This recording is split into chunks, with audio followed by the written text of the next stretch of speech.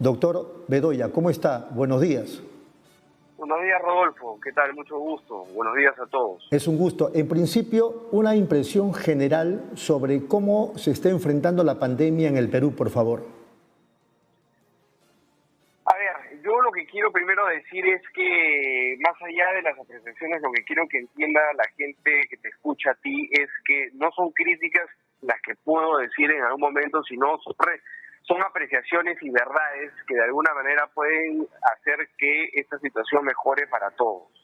Porque la verdad que veo muy poca tolerancia por parte del gobierno y por alguna parte de la población cuando uno hace sugerencias o señala algo que no está bien hecho y de alguna manera lo toman como mal. Y yo sé que esta es una situación difícil y todo el mundo está de alguna manera muy susceptible. En líneas generales yo creo que la decisión de la cuarentena fue correcta en su momento. Sin embargo, yo creo que fue tomada a destiempo. A ver, esto ya viene siendo advertido por la Organización Mundial de la Salud en enero, ¿no? Y eso creíamos nosotros que debió ser mucho antes y por eso también hay mucho cuestionamiento respecto a ese tema, pero finalmente se nos puso en conocimiento de este tema en enero, que ya iba a ser un gran problema. Y realmente en ese momento el gobierno no hizo absolutamente nada. Recién empezaron a obtener las pruebas moleculares, que son las que descartan o finalmente señalan si tienes o no el virus o el coronavirus a finales de febrero, marzo. Y nos fuimos a cuarentena a mediados de marzo, sin tener las pruebas necesarias, sin tener un plan claro respecto de cómo se iba a manejar el tema de salud, y también sin tener un plan claro cómo se iba a manejar el tema económico para paliar evidentemente la crisis económica que se venía como consecuencia de la paga.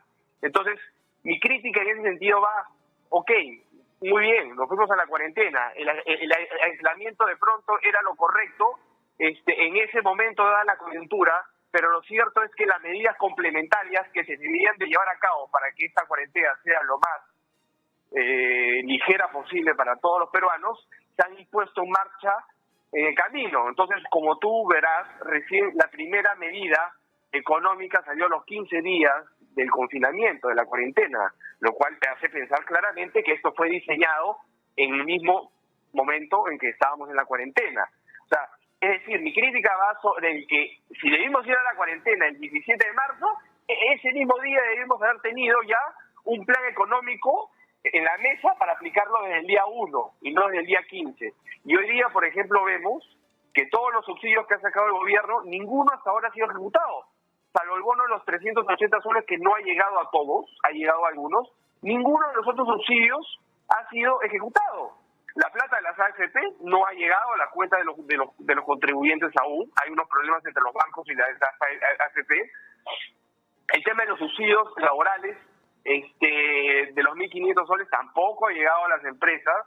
El crédito reactiva recién han sacado reglamento hace 2-3 días.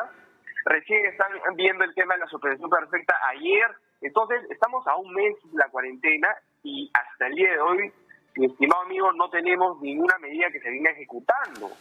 Y como yo lo dije del día 1, el Perú es un país que vive en informalidad en un 75%, con lo cual ninguna de estas medidas de las que te estoy hablando les llega, les afecta, porque viven en la informalidad, ellos no están dentro del sistema, ellos van, salen y trabajan y lo que hacen ese día lo llevan a su casa para comer. En consecuencia, estamos hablando de miles y millones de peruanos que finalmente no tienen que comer hace un mes y estamos hablando de subsidios, de mejoras para un grupo, para un sector, pero no para la mayoría de la gente. Eso en cuanto a cómo se ha venido aplicando la cuarentena. Yo tengo también otra crítica respecto de cómo se debió llevar esto antes, y ahí podríamos ver de pronto el ejemplo de lo que fue Chile. Chile sí compró las pruebas moleculares, que son las pruebas de descarte, las verdaderas, en enero, cuando la OMS dio la recomendación de que los países se prepararan por venir a eso. Y por eso es que Chile empezó a hacer pruebas de descarte masivas desde un principio y solamente aplicó cuarentena en determinados sectores donde había identificado dónde estaba el virus. Y ha ido liberando esos sectores, esas comunas o esos municipios, en la medida que ya han sido identificados y ya han sido aislados. En consecuencia, la transición o la experiencia chilena no ha sido tan traumática como lo que está viniendo o como lo que viene siendo la peruana. A propósito, entonces, si nosotros hubiéramos...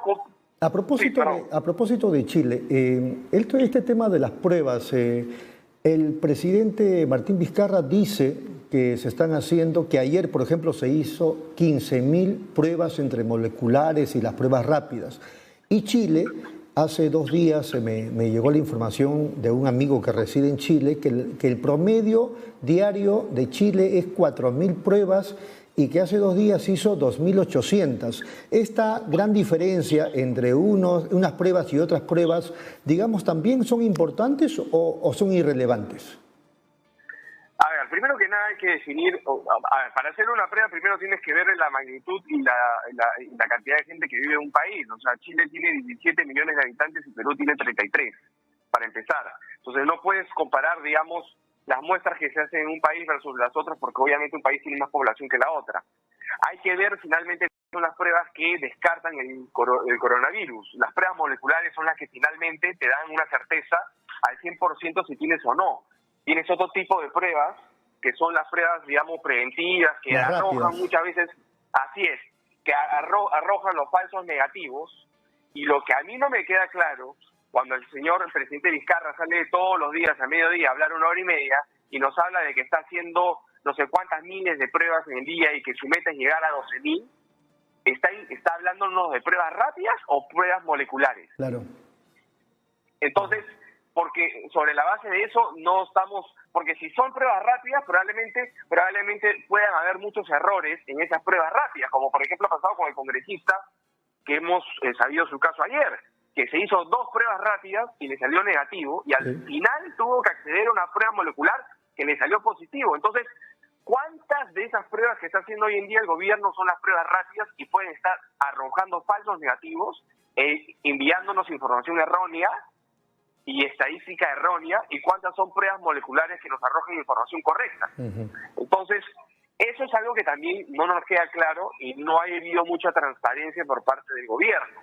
Entonces, todo lo que yo te digo puede sonar a crítica, qué fácil es criticar desde su casa, desde la cuarentena, por qué no está él apoyando, por qué finalmente no lo dijo antes. Bueno, porque son cosas que finalmente van saliendo sobre el camino y sobre la marcha y uno se va dando cuenta. Y uno hay que prevenir y hay que señalarlas, porque si está haciendo mal el gobierno, alguien o algunos debemos decirle que lo está haciendo mal para que finalmente corrija. Claro. No para que, y sin embargo, doctor Bedoya, ya implícitamente por lo menos ha dicho que no va a continuar la cuarentena sino hasta que culmine el 26 y que luego ya será de forma progresiva el ingreso de las empresas a laborar, a funcionar, pero ya no nos han dicho, no, de repente nos vamos hasta mayo. Mire, yo tengo mis dudas. A ver, hay un factor importante, ¿no? El tema de salud, evidentemente, es lo primero que nos debe preocupar, porque sin salud no podemos hacer nada. Así es. Y obviamente tenemos que ver que antes de salir de la cuarentena todo este tema por lo menos esté, no sé si controlado, pero de alguna manera mitigado e identificado.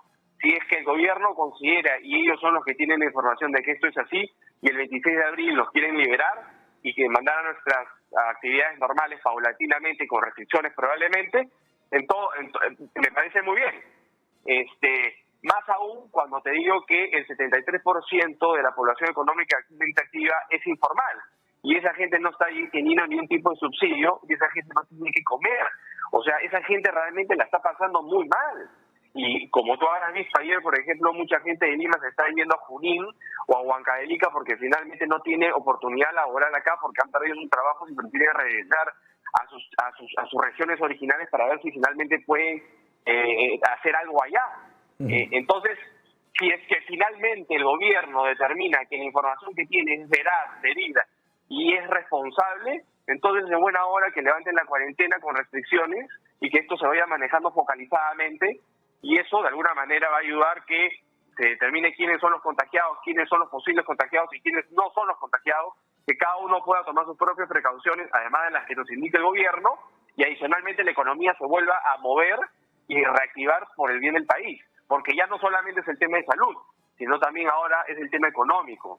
O sea, hay mucha gente que está más preocupada en comer que en contagiarse del virus. Por eso, con razón, en su momento, algún medio de comunicación internacional decía, los más perjudicados en Ecuador son los de los estratos económicos muy bajos.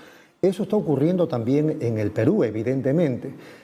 Frente a eso, ¿cómo se explicaría que el presidente cuente, de acuerdo a los sondeos de opinión, con tremendo respaldo popular? A ver, evidentemente lo que sí hay que reconocer al presidente es que ha tenido determinación y ha tenido el coraje y ha tenido los pantalones para obviamente tomar una decisión de esta magnitud, que es prácticamente mandarnos al aislamiento a todos y finalmente manejar el tema improvisadamente, creo yo, en muchos casos, pero manejarlo de la mejor manera posible. Yo creo que evidentemente acá hay la mejor intención por parte del gobierno, lo que pasa es que no hay la preparación, y eso no solamente se ha visto en el coronavirus. Tú sabes que yo soy muy crítico del gobierno respecto de cómo viene manejando todo tipo de política desde que entró Vizcarra, ¿no?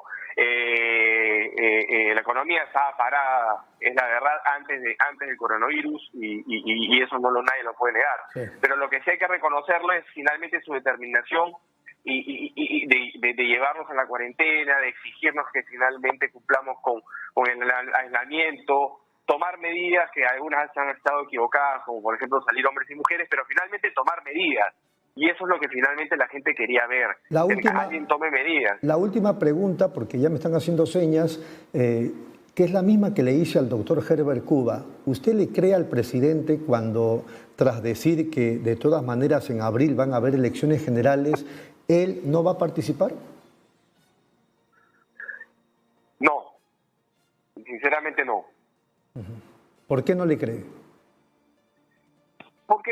Porque el presidente Vizcarra ha demostrado en todo este tiempo, en estos 2 años, que ha tenido, digamos, un perfil muy autoritario, muy populista, muy demagogo. Y yo creo que él sí está involucrado en algunos actos incorrectos antes, desde que era gobernador regional, y algunas cosas como Chinchero que no va a ser muy fácil que él se desprenda una vez que salga de la presidencia de la República. Entonces, si bien hoy día lo que tiene que decir, y lo políticamente correcto es decir que yo no me voy a presentar ni postularme en el 21, yo no sé si finalmente eso vaya a ocurrir,